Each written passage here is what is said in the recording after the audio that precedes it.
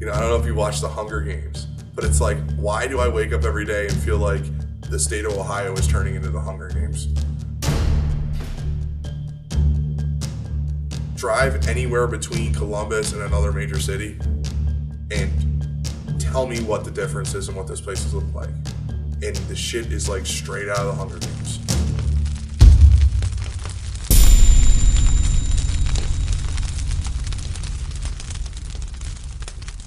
And in right to work, I mean, the name of it alone is disingenuous.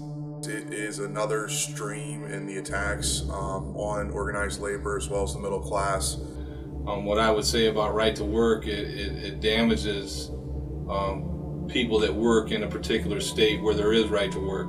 They want to take unions out of workplaces. If you look at right to work states, you have higher mortality rates. Injury rates on the job are higher. Higher cost of insurance, lower wages.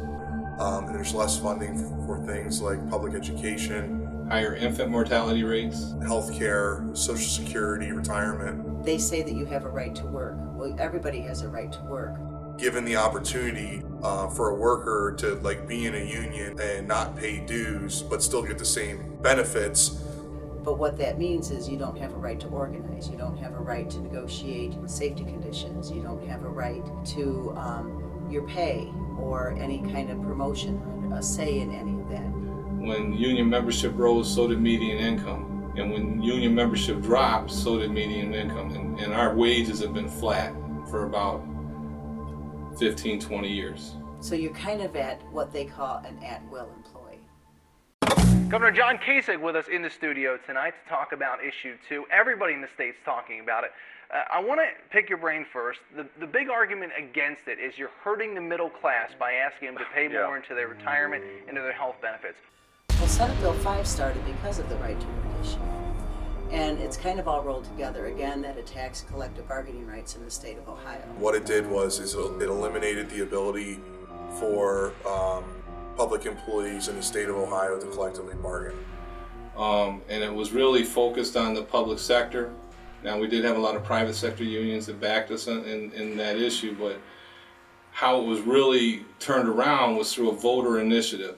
In the state of Ohio, after that bill was passed, there was a citizen referendum of collecting signatures. And what we did is we collected over 30,000 signatures. It's essentially a citizen's veto. And delivered those signatures so that we could put that right to work issue on the ballot, and that became issue 2. When they had the vote, it was beat 60% to 40%, which is pretty commanding for a citizen veto.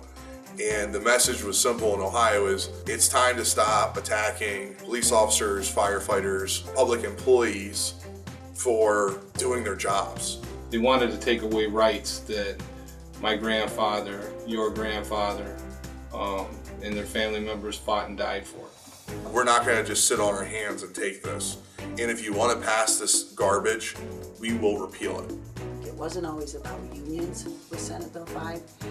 It was anybody that worked, which is how it is related to the right to work, because you didn't have to be union. And so what we're talking about is the case Fredericks versus California Teachers Association. The Friedrichs decision, it was a case where a California teacher felt that she didn't need a union.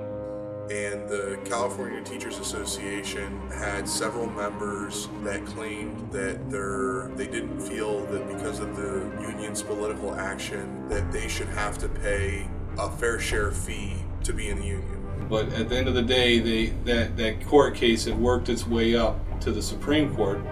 Right now in the state of Ohio, you have people that either sign a union card or they don't sign a union card.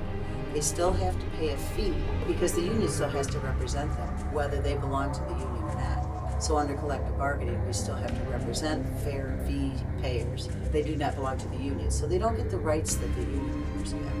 What happened with Friedrichs is Anton Scalia passed away. He was a conservative justice. He probably wouldn't have went with labor. And they took a vote and it's 4-4 deadlocked, which means it goes back to the court it came from and it's done. we continue now to build our unions. We make them stronger, and we continue to try to stop that kind of legislation from happening. It's one step that would make it easier for the state government to pass right to work. So right now, Friedrichs is a done deal. They lost and the unions won pretty much. Things are changing. They will continue to attack us. They will continue to try and do away with unions.